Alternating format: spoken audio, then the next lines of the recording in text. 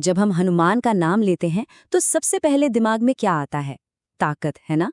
पर उनकी कहानी सिर्फ शक्ति की नहीं है। ये कहानी है उस अटूट विश्वास और प्रेम की। वो प्यार जो इतनी बड़ी शक्ति को एक मकसद देता है। तो चलिए आज हम भक्ति की उसी यात्रा को समझते हैं। एक ऐसी यात्रा जो सच में पहाड़ों को भी हिला सकती है। अच्छा, जरा सोचिए, क्या हो अगर कोई इतना शक्तिशाली हो कि वो सूरज को निगल सके। मजाक नहीं, बस कल्पना कीजिए ऐसे बच्चे की जिसमें इतनी ज्यादा शक्ति हो कि वो आसमान में चमकते सूरज को एक मीठा सा फल समझ ले और उसे खाने के लिए उड़ भी पड़े।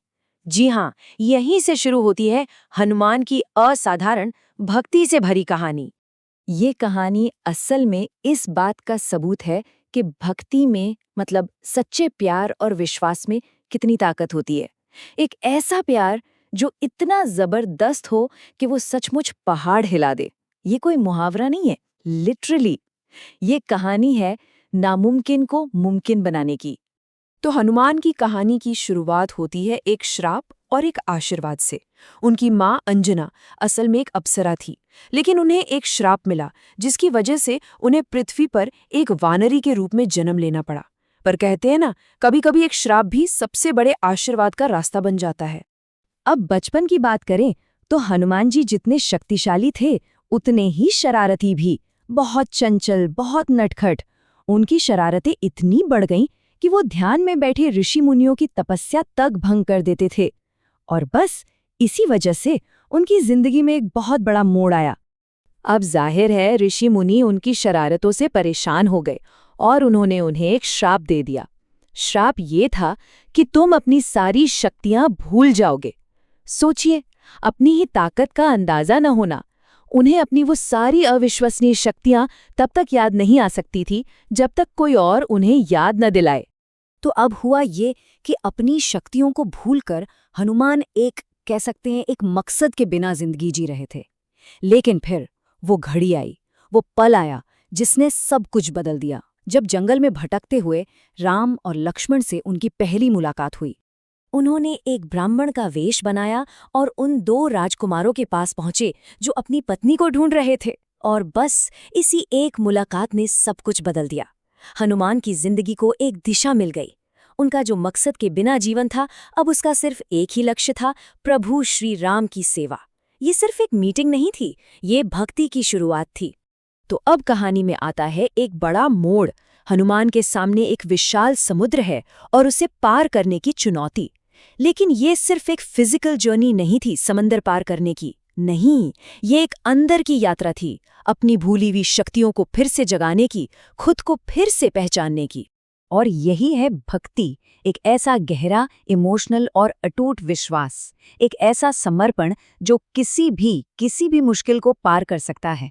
तो हनुमान की जो वो छलांग थी समंदर के पार, वो सिर्फ एक फिजिकल पावर का शो ऑफ नहीं था, वो उनके विश्वास, उनके प्रेम का सबूत था। कहानी में जामवंत जी ने उन्हें उनकी दिव्य शक्ति याद दिलाई, और जैसे ही उन्हें याद दिलाया गया, हनुमान का आत्मविश्वास लौट आया। वो एक पहाड़ जितने विशाल हो गए और लंका की ओर छलांग लगा दी। ये पल हमें एक बहुत बड़ी बात सिखाता है ना? कि कभी-कभी हमारा खुद पर विश्वास जगाने के लिए किसी और का हम पर विश्वास ही काफी होता है। और वो पहुंचे लंका, सोने की नगरी, जो रावण के घमंड का प्रतीक थी। लेकिन इस सारी चमक दमक के बीच अशोक वाटिका में सीता जी पूरी तरह निराशा में डूबी हुई थीं। तो हनुमान वहां सिर्फ एक मैसेंजर बनकर नहीं गए थे, वो उम्मीद की एक किरण बनकर पहुंचे थे। तो लंका में उनका मिशन क्या था? इसके कई इमोशनल पड़ाव थे।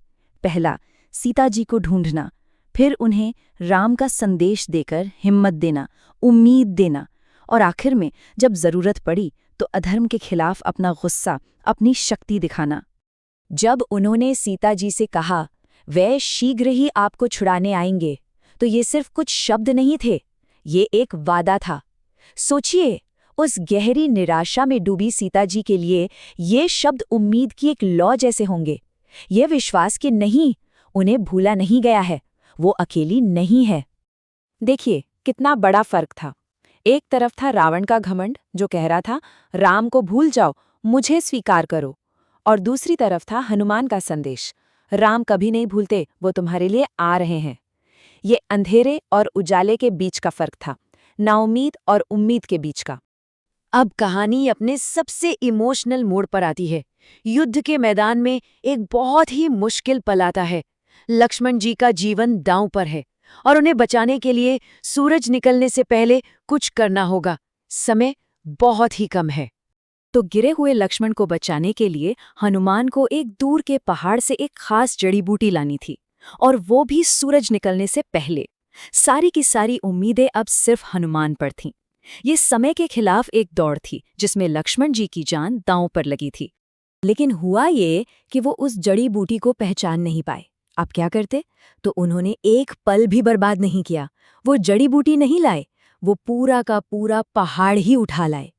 ये सिर्फ ताकत दिखाना नहीं था, ये भक्ति और प्रेम का एक अल्टीमेट एक्ट था।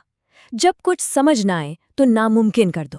चलिए अब कहानी के आखिर में चलते हैं। युद्ध जीत लिया गया है, सब कुछ ठीक है, लेकिन हनुमान के लिए असली इनाम क्या था? अब हम उनकी विनम्रता और भक्ति का वो सबसे बड़ा सबूत देखते हैं जो उन्होंने जीत के बाद दिया। तो हुआ ये कि सीता जी ने उन्हें एक बहुत कीमती मोतियों का हार तोहफे में दिया, और हनुमान ने क्या किया? उन्होंने उसे तोड़ दिया। क्यों? क्योंकि उन्हें उसके किसी भी मोती में प्रभु श्री राम नहीं दिखे, और उन्होंने कहा, जिसमें प्रभु श्री राम नहीं, वो तो फेंकने के ही लायक हैं। सोचिए, उनके लिए जिस चीज में राम नहीं, उसकी कोई कीमत नहीं, चाहे वो कितनी भी अनमोल क्यों न हो। अब जाहिर है दरबार में बैठे लोगों को ये बात अजीब लगी। उन पर सवाल उठाया गया, उनसे पूछा गया, अच्छा तो क्या तुम्हारे अपने शरीर में राम है? ये एक सीधी चुनौती थी। उनके विश्वास पर, उनके पूरे अस्तित्व पर एक सवाल था। और इसके जवाब में हनुमान ने जो किया, वो भक्ति का सबसे बड़ा, सबसे अंतिम सबूत बन गया।